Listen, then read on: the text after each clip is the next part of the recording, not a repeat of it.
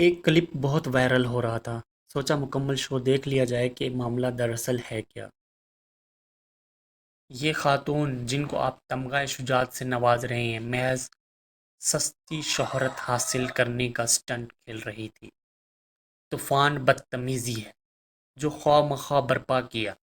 پہلی بدتمیزی کہ آپ معافی مانگیں، آپ کا کیا جاتا ہے معافی مانگنے سے۔ خواہ مخواہ کا عورت کاٹ کا نشہ تھا جو اتارنا مقصود تھا۔ بی بی آپ عدالت نہ لگائیں، وضاحت مانگیں اور اختلافات کر کے آگے بڑھیں، لیکن اس نے تو سستی شہرت حاصل کرنی تھی جو اس کو ملی بھی صحیح۔ ساحل ادیم ایک ٹی وی شو میں بیٹھ کر خواتین کے حقوق کے موضوع پر پاکستان کی 95% خواتین کو جاہل کہتا ہے، اور پورا کلپ دیکھیں تو ساحل ادیم کی بات درست ہے۔ شو میں بیٹھی خاتون ساحل ادیم سے سوال پوچھتی ہے کہ سر، آپ نے 95% خواتین کو جاہل کہا، آپ بس معافی مانگے۔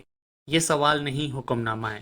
اور پھر جاہل ہونے کو مان بھی لیا کہ جاہل اس لیے ہیں کہ انہیں جاہل میل ڈومینیٹنگ سوسائٹی نے رکھا ہوا ہے۔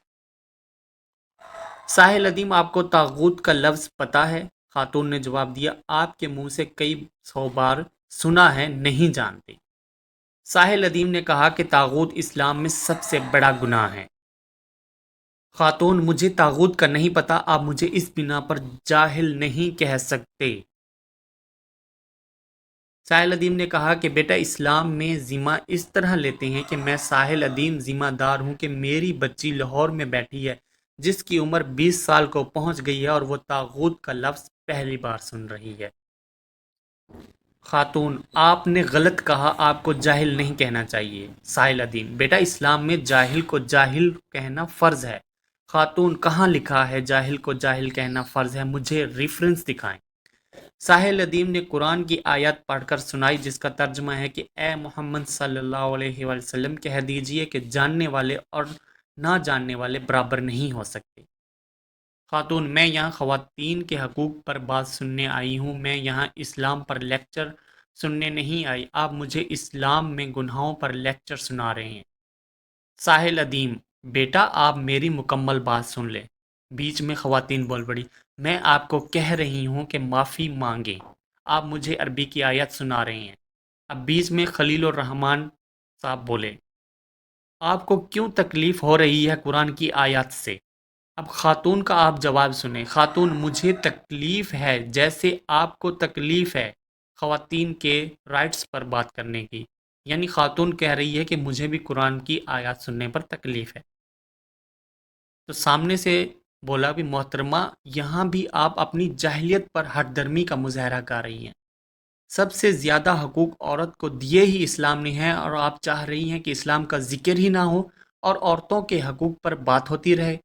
مطلب کہ آپ کو تمیز ہی نہیں ہے سوال پوچھنے کی، آپ کو پتہ ہی نہیں ہے کہ آپ کیا پوچھنا چاہ رہی ہیں۔ آپ صرف عورت کاٹ کھیلتے ہوئے معافی مانگے کی گردان کر رہی ہیں اور دوسرے کو بولنے ہی نہیں دے رہی ہیں۔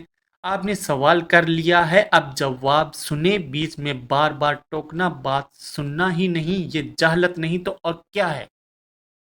میں نے جتنا کلپ دیکھا اس میں خاتون کی ہٹ دھرمی، بدتمیزی، فضول بحث، آن سکرین بیٹھ کر قرآنی آیات کا مذاق اڑانا، ریفرنس مانگنا، آیات کو مانگنے سے انکار کر دینا جیسی جاہلت اس میں نظر آ رہی تھی۔ سوشل میڈیا کے نام نہاد دانشوروں سے میری درخواست ہے کہ ساحل ادیم نے 95% خواتین کو جاہل کیوں کہا، اس کے لیے مکمل پروگرام دیکھیں۔ رائے دینے سے قبل تحقیق کرنا ضروری ہوتا ہے۔ جہاں رہی بات طاغوت کی، تو طاغوت کے لفظی معنی گمراہ، سرکش، شیطان، خدا سے منحرف ہو جانا ہے۔ طاغوت کا انکار کیے بغیر کوئی مسلمان ہو ہی نہیں سکتا۔ اس لا علمی کو اسلام کی روح سے دیکھا جائے تو آج کل کی عورتیں حقیقتاً جاہل ہیں۔ میں ساحل ادیم کی اس بات سے اتفاق کرتا ہوں۔ دنیا میں مسلمانوں کی اکثریت کو بالکل بھی معلوم نہیں کہ طاغوت کفریہ نظام اور لوگوں کی بنائی ہوئی باطل حکمرانی پر سب کی پیروی کرنا بہت بڑا گناہ ہے۔